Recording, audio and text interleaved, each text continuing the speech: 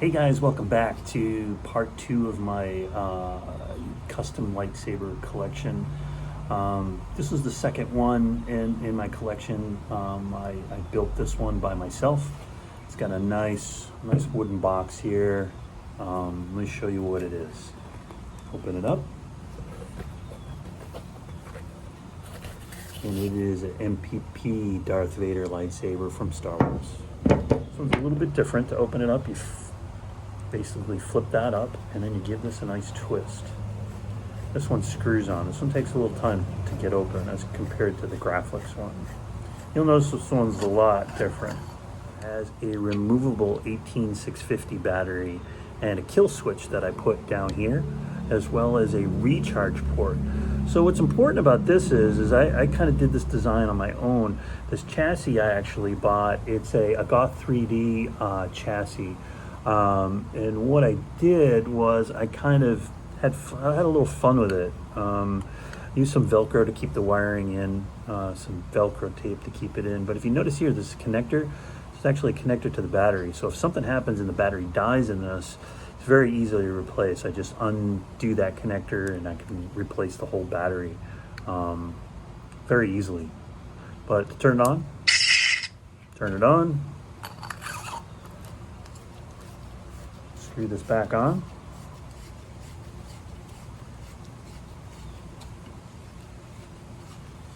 Like I said, this one takes a little bit to power button. Away you go.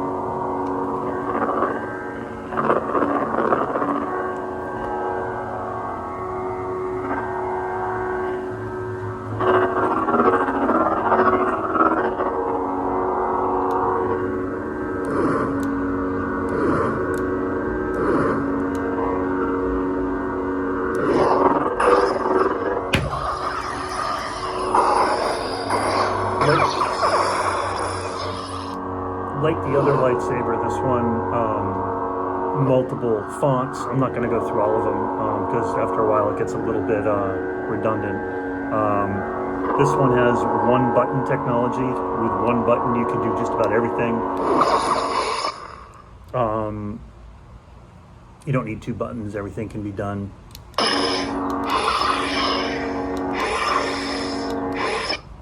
And works out pretty well. It's got a nice little clamp card here that I modified. Put a piece of shiny silver tape at the back of it so that you couldn't see through this. Originally it was a see-through clamp card, and it was kind of, I don't know, kind of exposed a lot of the inner workings of the nothingness in there. So what I did was I put a shiny piece of reflective silver tape in there, and it worked out pretty good. It hides basically everything. I can't do it now because I don't have the Allen wrench with me, but this blade plug does come out.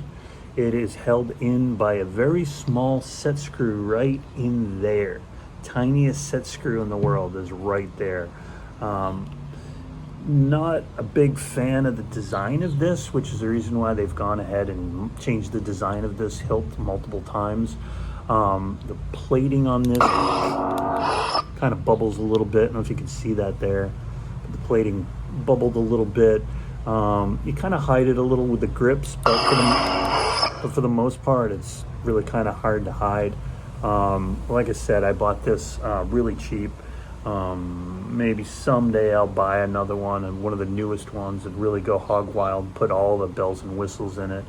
But still, if you're looking for a really good Darth Vader hilt, this is a really cool hilt with the one button control, removable battery under worst case scenario. It makes life so easy.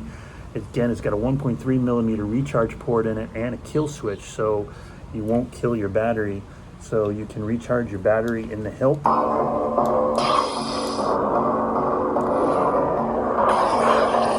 this one's got music too.